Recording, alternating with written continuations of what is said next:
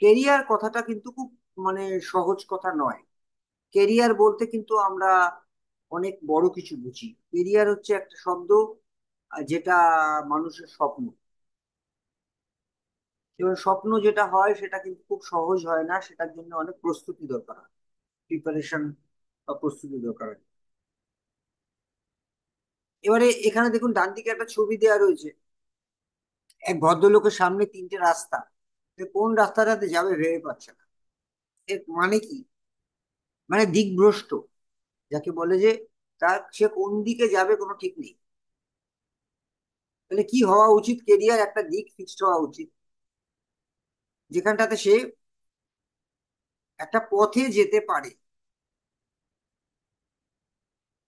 দেখুন এখানে একটা স্লাইড আপনারা দেখতে পাচ্ছেন, যেখানে লেখা আছে, are you happy with the income you are earning every month? অর্থাৎ আপনি কি হ্যাপি যে টাকাটা আপনি প্রতি মাসে রোজগার করেন? এই প্রশ্ন আপনার কাছে, আপনার, আমাদেরকে উত্তর দিতে হবে। Second, are you satisfied with your present job? প্রথমটা হচ্ছে রোজগার, দ্বিতীয়টা হচ্ছে যে কাজটা করেন তাতে আপনি সন্তুষ্ট কিনা। তৃতীয়, do you have a growth plan for your life? Growth plan মানে হচ্ছে আমার ইনকামটা বাড়বে কিভাবে। যেমন আজ থেকে 3 বছর বাদে আমার ইনকাম কত হবে, এটাকে বলে গ্রোথ প্ল্যান। আমার ইনকাম এখন সাপোজ মাসে 20,000 টাকা। মানে আমি এরকম বহু মানুষকে চিনি, জানি, যার স্যালারি আজ থেকে 5 বছর আগে 10,000 টাকা ছিল, এখনো 10,000 টাকা আছে। যার স্যালারি আজ থেকে 5 বছর আগে 7,000 টাকা ছিল, এখনো 7,000 টাকা আছে। যার স্যালারি 25,000 টাকা ছিল, এখনো 25,000 টাকাই আছে। ভেরি আনফর্চুনেট, খুবই দুর্ভাগ্যজনক। এবং এরা যখন কোম্পানিকে বলে, মালিককে, যে আমার স্যালারিটা একটু বাড়িয়ে দিন, তো তখন এদের মালিক বলে যে এর থেকে কম টাকায় তোমার এই কাজটা করার জন্য লোক রেডি আছে, তোমার যদি না পোষায় তুমি ছেড়ে দাও। Very sad. আজ থেকে 5 বছর বাদে আপনার ইনকাম কত হবে? আজ থেকে 10 বছর বাদে আপনার ইনকাম কত হবে? 15 বছর বাদে কত? 20 বছর বাদে কত? 25 বছর বাদে কত? আমি এত দূর যাচ্ছি না, কারণ এত দূর মানুষ ভাবতে পারে না। মানুষ 3টে বছর ভাবতে পারে, যাও বা, তারপরের ভাবনাটা মানুষ ভাবে না।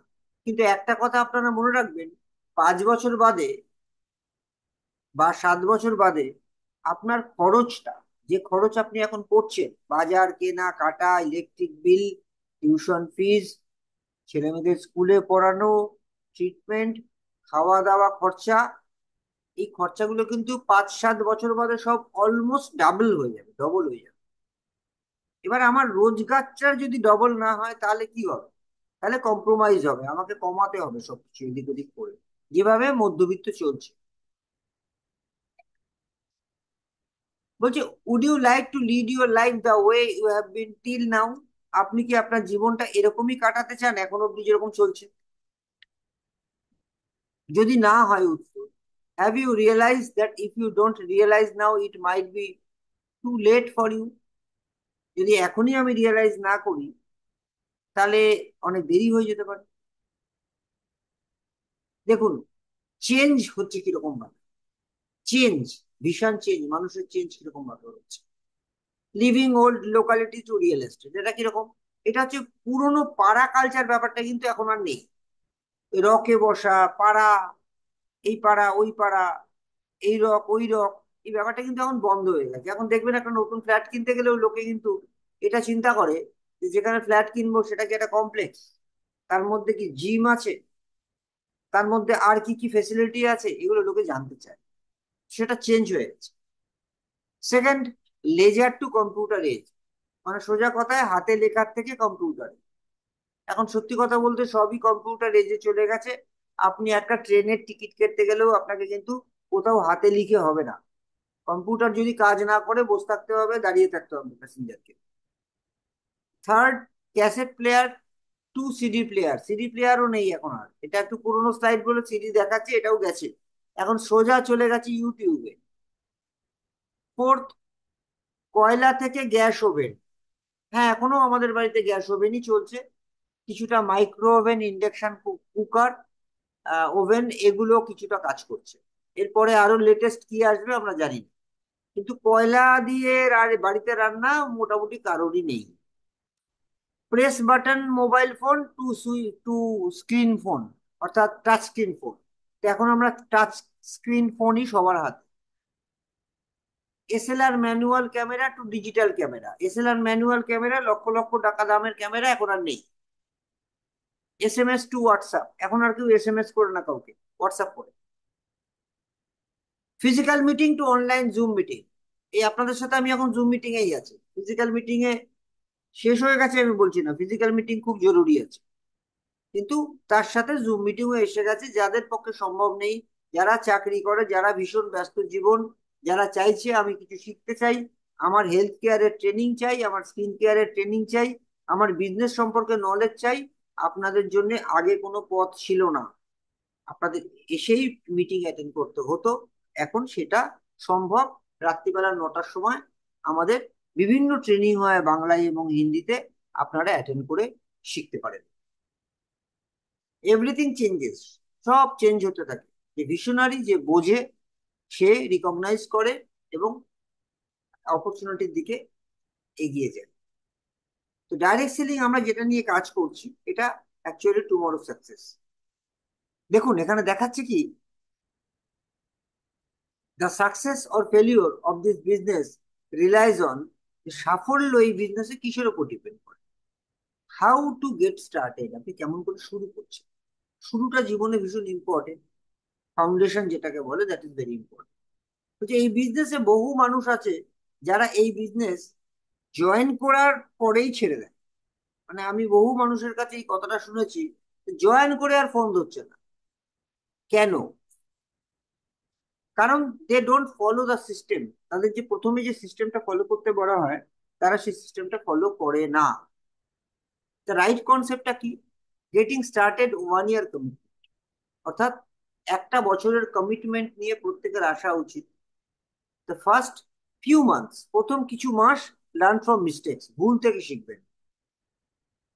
সেকেন্ড, একটা বছর সময় আপনাকে দিতে হবে এই বিজনেসটাকে প্রমাণ করার। নিচে দেখুন লেখা আছে, Rome was not built in a day, অর্থাৎ রোম একটা স্বপ্নের শহর যেটা একদিনে তৈরি হয়নি, অনেক বছর লেগেছিল। তারপরে আছে তাজমহল, তৈরি হতে 22 বছর লেগেছিল। আর তাই জন্যই আজকে 400 বছর হয়ে গেছে, এখনো দাঁড়িয়ে আছে। পৃথিবীর একটা বিরলতম আশ্চর্য বস্তু, যা দেখতে সারা পৃথিবী থেকে মানুষ আসে। ডান দিকে দেখুন একটি ছবি আছে, যে একটি মেয়ে প্রেগনেন্ট, যার বাচ্চা হবে। এই বাচ্চাটা হতে কিন্তু অন্তত 9 মাস সময় লাগে। তার মানে মাকে 9টা মাস ক্যারি করতে হয় একটা বাচ্চাকে জন্ম দিতে গেলে। তার মানে এটা একটা সৃষ্টি। তার মানে কোনো জিনিস সৃষ্টি করতে গেলেও ঈশ্বর আমাদের দেখাচ্ছেন যে 9 মাস সময় লাগে। তো ন্যাচারালি আপনি যদি কোনো সাকসেস পেতে চান কোনো একটা জায়গাতে, যেটা 1-2 মাসে পেতে চাইছেন, সেটা কিন্তু হয় না আলটিমেট। এই আবার ওই ওই ছবিটাই, কোথায় যাবেন, কোন দিকে যাবেন? এর জন্য একটা ভালো পদ্ধতি হচ্ছে যে একটা বিজনেসে ইনভলভ হওয়ার সময় আপনার এটা অবশ্যই বোঝা উচিত যে প্রত্যেকটা বিজনেসেরই কিছু রুলস অ্যান্ড রেগুলেশনস আছে। আপনি খুব ভালো ক্রিকেট খেলতে পারেন মানে এই নয় আপনি খুব ভালো ফুটবল খেলতে পারবেন। আপনি খুব ভালো ফুটবল খেলতে পারেন মানে এই নয় আপনি বক্সিং এও চ্যাম্পিয়ন হয়ে যাবেন। আর আপনি বক্সিং এ চ্যাম্পিয়ন মানে এই নয় আপনি টেনিস দারুণ খেলবেন। সবকটা আলাদা আলাদা খেলা, অর্থাৎ প্রত্যেকটা গেমের কিন্তু রুল থাকে। সিমিলারলি আপনি সেলস অ্যান্ড মার্কেটিং এর লোক হতে পারেন, আপনি ভালো প্রফেশনাল পার্সন হতে পারেন, আপনি অনেক নলেজেবল ব্যক্তি হতে পারেন, আপনার অনেক জ্ঞান থাকতে পারে, বাট এই ব্যবসা সম্পর্কে কিন্তু জানতে হবে আপনার জ্ঞান কিন্তু শূন্য। তো এখান থেকে এটা শিখতে হবে। তাহলে প্রথম, হাউ টু স্টার্ট, কিভাবে ব্যবসাটা আপনি শুরু করবেন। ফার্স্ট স্টেপ বলছি ইউজ দ্য প্রোডাক্ট। কেন? এখানে প্রশ্ন আছে, কতগুলো সাইন্টিফিক রিজন আছে। বলছে consumption the product, consume the products, consumption will increase year confidence in your product. অর্থাৎ আপনি যখন এই প্রোডাক্ট ইউজ করতে শুরু করবেন, আপনার যখন, আমাদের যে প্রোডাক্ট আছে, health care, personal care, kitchen care, laundry care, home care, প্রচুর প্রোডাক্ট আছে, স্কিন কেয়ার, কালার কসমেটিক সব আছে। তার মধ্যে আপনি যখন হেলথের প্রোডাক্ট গুলো ইউজ করতে শুরু করেন, আর আপনার যখন হেলথের প্রবলেম সলভ হয়, তখন আপনার মধ্যে বিলিভ লেভেল তৈরি হয়, বিশ্বাস তৈরি হয়, কনফিডেন্স হয়। তখন আপনি আপনার একটা নিজেই বড় এক্সাম্পল হতে পারেন, এবং আপনার কনফিডেন্স লেভেল কিন্তু তখন অনেক হাই হয়ে যায়। কি সুন্দর বিজনেস দেখুন! যে বিজনেসের কোম্পানি বলছে আপনি আগে আমাদের প্রোডাক্ট ইউজ করুন, আমাদের প্রোডাক্ট রেজাল্ট পান, রেজাল্ট পেলে তারপরে কাজ করুন। তো এটা একটা অনেস্ট প্রপোজাল। এত অনেস্ট প্রপোজাল আর কোথায় থাকতে পারে? যে প্রোডাক্ট ইউজ করুন, ভালো লাগবে, তারপর কাজ করবেন। আমি এরকম অনেক মেম্বার করেছি আমার ব্যক্তিগতভাবে, যাকে আমি বিজনেস প্রেজেন্টেশন করার পরে একটা ফেস ওয়াশ দিয়েছি, বা একটা সাবান দিয়েছি, বা একটা টুথপেস্ট দিয়েছি গিফট। দেবার পরে বলেছি এটা ইউজ করুন আজকে রাত্রিরে, যদি ভালো লাগে কাল সকালে ফেল করুন, তারপরে বিজনেস জয়েন করুন। তো আমার এরকম ক্ষেত্রে আমি প্রায় 99% জয়েনিং পেয়েছি। যে প্রোডাক্টটা বোঝানোর, এই প্রেজেন্টেশন করার পরে, বিজনেসটা বোঝানোর পরে তাকে একটা প্রোডাক্ট গিফট করে বলেছি ইউজ করুন, ভালো লাগলে তারপর জয়েন করুন।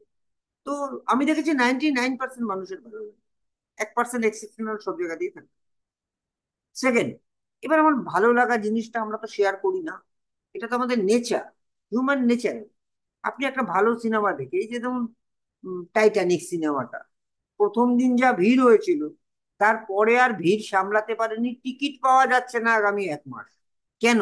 ওই প্রথম দুদিনে লোক বেরিয়ে এসে টাইটানিকের যা প্রশংসা করেছে, আর খবরের কাগজে যা বেরিয়েছে, সিনেমাটা যা হয়েছে, একই ঘটনা শোলের ক্ষেত্রেও হয়েছিল। প্রথম 2-3 দিন হল অত ভিড় ছিল না।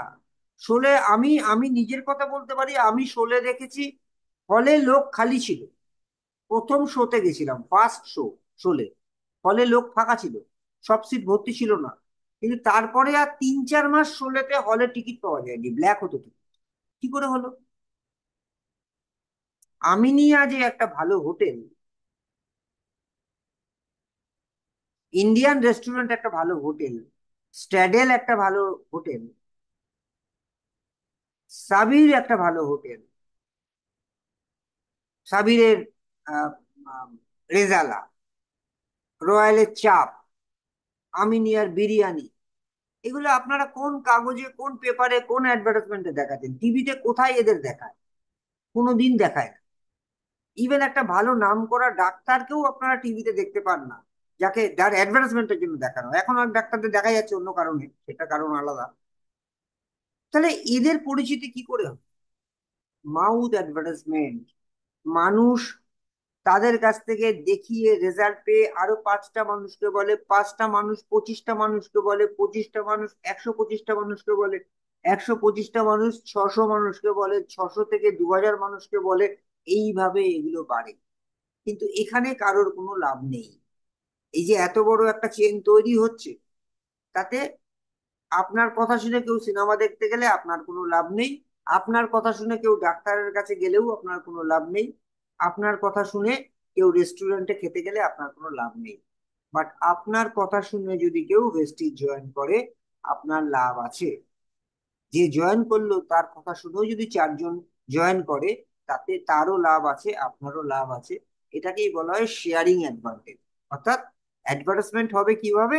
By sharing. 3 number point. 7টা পয়েন্ট বলবো, তার মধ্যে 3টে পয়েন্টে এসে গেছি, আর 4টে পয়েন্ট বলবো, বেশি সময় নেব না। Inch is cinch, yard is hard, একটা কথা মনে রাখবেন, এভরি মানডে প্রোগ্রাম চলবে, এভরি ওয়েনেসডে সিদ্ধার্থ শর্মার প্রোগ্রাম চলবে, আর মাসে 2টো দিন হেলথ সাপ্লিমেন্টের উপর ট্রেনিং চলবে। আরো স্পেশাল ট্রেনিং আমরা অ্যাড করব, যাতে আপনি বাড়িতে বসে খাতা পেন নিয়ে নোট করতে পারেন, শিখতে পারেন।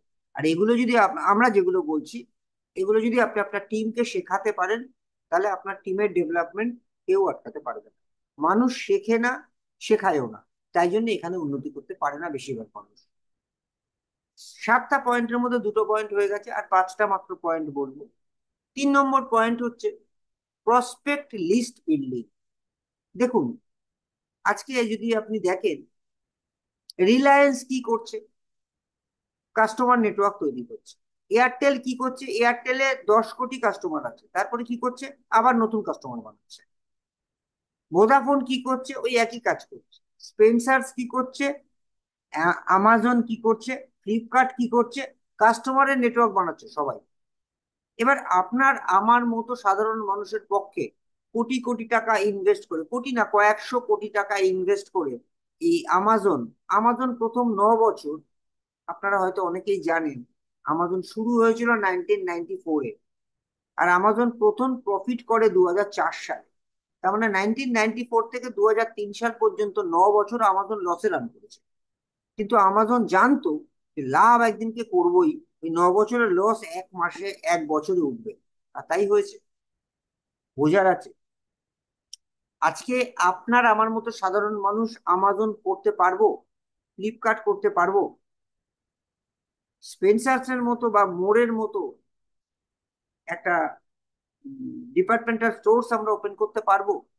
কোটি কোটি টাকা ইনভেস্টমেন্ট। যদি আমরা না পারি, তাহলে আমরা নেটওয়ার্ক কিভাবে তৈরি করতে পারি? আমরা নেটওয়ার্ক তৈরি করতে পারি ইন্ডিভিজুয়ালি, আমাদের চেনা পরিচিত, যেমন আমি করেছিলাম, আমার টিমের মেম্বাররা করছে। আজকে আমার টিমে একটা হাউস ওয়াইফ, বাড়ির বউ, এক একটা বাড়ির বউ আমার টিমে আজকে আছে, যাদেরকে আমরা স্টেজে পরিচয় করি। এক একজনের টিমে 4,000, 5,000, 6,000, 7,000, 10,000, 12,000 পর্যন্ত লোক রয়েছে এক একটা হাউস ওয়াইফের টিমে। আমি ছেলেদের কথা বাদ দিলাম, বললাম না। ছেলেরা তো কেরিয়ার করতেই মানে বদ্ধপরিকর, নাহলে তাদের মানে চলবেই না। আমি মহিলাদের কথা বলছি, যে আমার টিমে এক একটা মহিলা আছে যাদের 4,000, 5,000, 7,000, 10,000, 12,000 পর্যন্ত নেটওয়ার্ক আছে। অর্থাৎ এত লোক আছে তাদের। আমি আমার টিমে কত লোক আছে আর বললাম না, দরকার নেই। কিন্তু দেখুন, আমি কিন্তু ওই 10টা মেম্বারই করেছিলাম 100টা লোককে বিজনেস বুঝিয়ে। 90 জন আমাকে না বলেছিল, 10 জন হ্যাঁ বলেছিল। আর সেই 10টা থেকেই কিন্তু আজকে আমার এত বড় টিম তৈরি হয়েছে। তা আপনাদের সেটা সবার হতে পারে। তাহলে হোয়াইল প্রসপেক্টিং, যখন আপনি নামের লিস্ট বানাবেন তখন কি করবেন? যেমন বিয়ে বাড়ি ধরুন, আপনার বাড়িতে কারোর বিয়ে আছে, আপনার ফ্যামিলিতে কারোর বিয়ে আছে, তখন আপনি কি করেন? নামের লিস্ট বানান।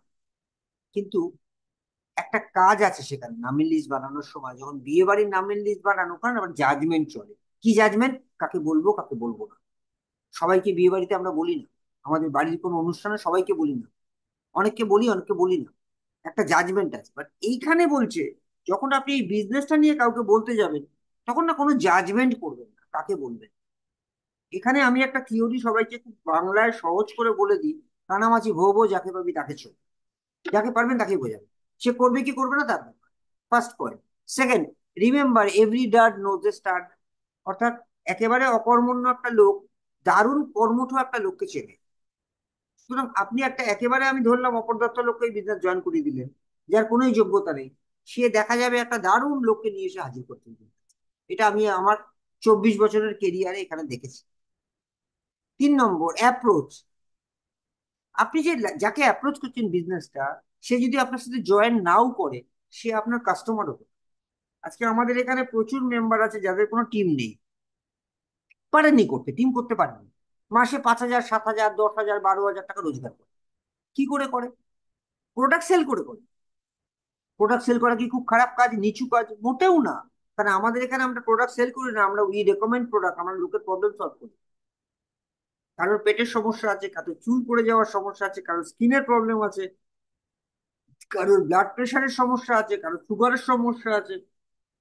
আমাদের ডায়েটিশিয়ানরা আমাদের এগুলো শেখায়, যে এদেরকে কি কি সাজেস্ট করবেন প্রোডাক্ট, আমরা সেগুলোই তাদেরকে সাজেস্ট করি। আর স্পেশাল ক্ষেত্রে আমরা ডায়েটিশিয়ানদের পরামর্শ নিয়ে নিই যে কি দেবো এনা, যাতে ভুল না। তাহলে আমি যদি কাস্টমার তৈরি করতে পারি, আমার এক্সট্রা ইনকাম মাসে 10, 15 হাজার, 20,000 টাকা হতেই পারে। সেটা অনেকেই করে, কিন্তু সেটা কম্পালসারি না, নাও করতে পারেন। 4 number point, don't get stuck to a single individual. আমরা অনেক সময় একটা লোকের পেছনে পড়ে, রিকোয়েস্ট করব আপনাদেরকে, এরকম একটা লোকের পেছনে পড়ে থাকবেন না। কাইন্ডলি নেক্সট নেক্সট দেখুন, পরেরটাই লেখা আছে, don't stop, please move to the next, go to the next, go to the next, go to the next. কারণ 10 জনের কাছে গেলে আপনার সাথে হয়তো 2 জন জয়েন করবে, প্রথম 5 জন হয়তো জয়েন করলো না, আপনি বলাই বন্ধ করে দিলেন। এটা করবে। 4 নম্বর পয়েন্টে এসে গেছি, আর মাত্র 4, 5, 6, 7, 4টে পয়েন্ট বলবো। ইনভিটেশন। লোকের সাথে যখন ইনভাইট করবেন লোককে, তখন মনে রাখবেন, ফোন করবেন যখন, তখন কিভাবে কথা বলছেন সেটা খুব ইম্পর্টেন্ট। ফোন করে একটা লোকের সম্পর্কে জানতে চাইবেন, কেমন আছো, কি খবর, বাড়ির সবাই ভালো তো, এইটা একটা আলোচনা করার বিষয়। তো এটা আমরা করে থাকি। তাদের লাইফ সম্পর্কে জানতে চাইবেন, কেমন তাদের ফর্ম, এখানে ফর্ম দেখাচ্ছে ফ্যামিলি ফর্ম, মানে হচ্ছে আহ FORM ফর্ম, দেখুন 3 নম্বরে আছে। FORM ফর্ম মানে হচ্ছে ফ্যামিলি, অর্থাৎ সব বাড়ির সবাই কেমন, অকুপেশন কাজকর্ম কেমন চলছে, রিক্রিয়েশন কোথায় বেড়াতে টেড়াতে গেছিলেন, মানি ইনকাম টিনকাম কেমন ফ্যামিলিতে হচ্ছে, একটা ডিসকাশন আমরা করি, নর্মাল একটা জেনারেল ডিসকাশন লোকের সাথে করা উচিত। Be more interested in the prospect, অর্থাৎ যার সাথে কথা বলছেন তার সম্পর্কে আপনি বেশি ইন্টারেস্ট দেখাবেন, আপনার নিজের কথা কম বলবেন, সো দ্যাট তার সাথে আপনি অ্যাপয়েন্টমেন্ট করবেন এবং বিজনেস নিয়ে ডিসকাশন করবেন। কমপ্লিমেন্ট, দেখুন একটা কথা বলা হয় প্রশংসা, পৃথিবীতে এমন কোনো মানুষ নেই যে নিজের প্রশংসা শুনতে ভালোবাসে, কিন্তু হ্যাঁ, লাল দিয়ে নিচে একটা কথা লেখা আছে দেখুন, it must be genuine.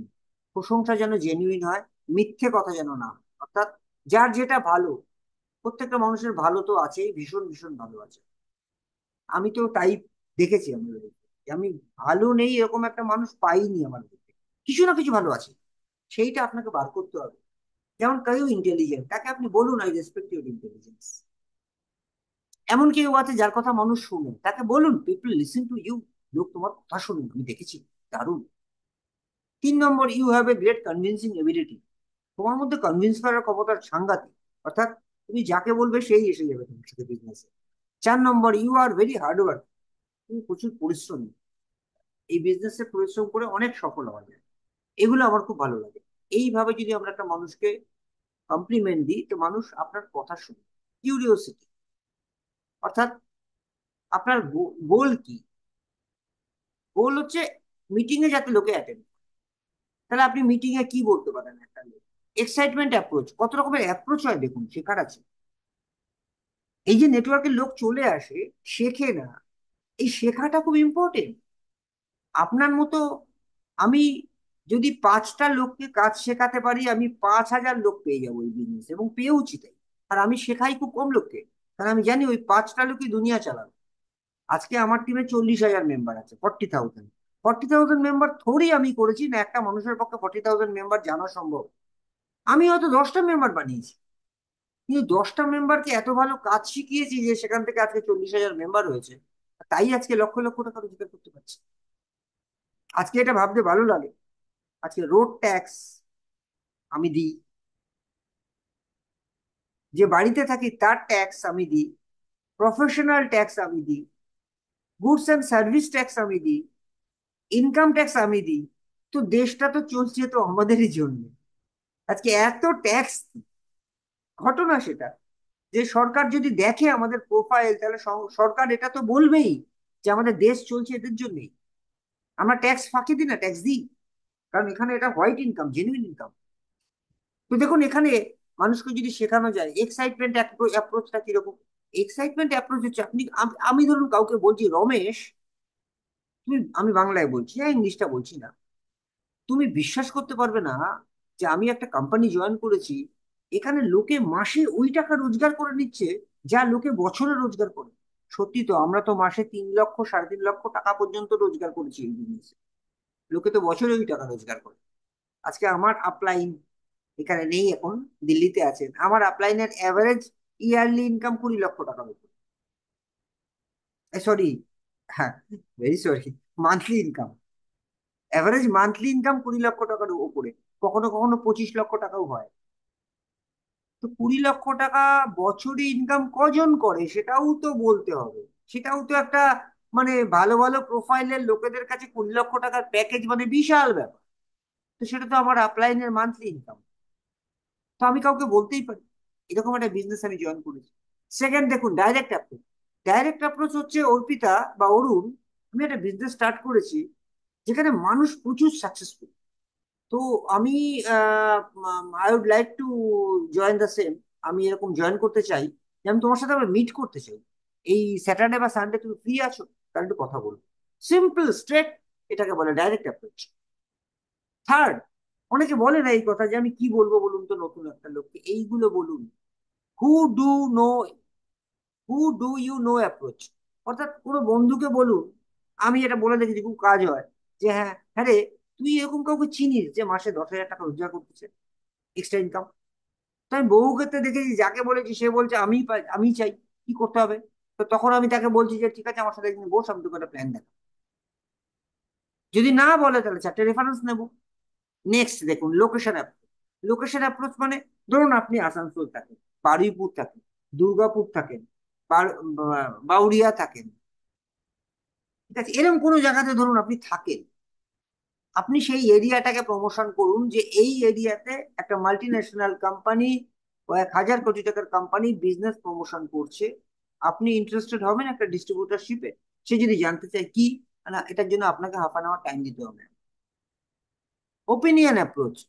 Opinion approach হচ্ছে কোনো বন্ধুকে ফোন করে বলা যে আমি একটা বিজনেস স্টার্ট করেছি, তো আমি তোমার থেকে কিছু আইডিয়া চাই যে এই বিজনেসটা কিরকম, কি সব ঠিক আছে কিনা। অর্থাৎ সেক্ষেত্রে অনেক বন্ধু এই বিজনেসে জয়েন করে যেতে পারে। কমিটমেন্ট, অর্থাৎ অ্যাপয়েন্টমেন্ট যখন করবেন তখন ফার্ম কমিটমেন্ট নেবেন অ্যাটেন্ড করার জন্য অন টাইম।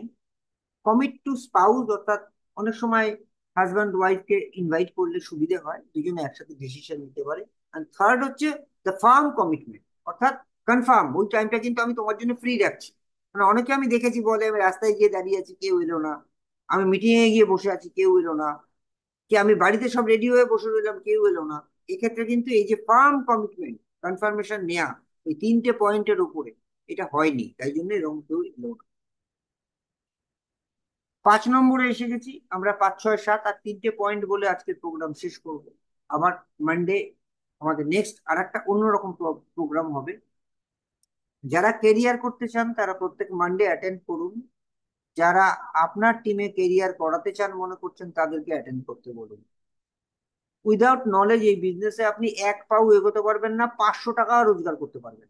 উইদাউট নলেজ পৃথিবীর কোথাও রোজগার হয় না।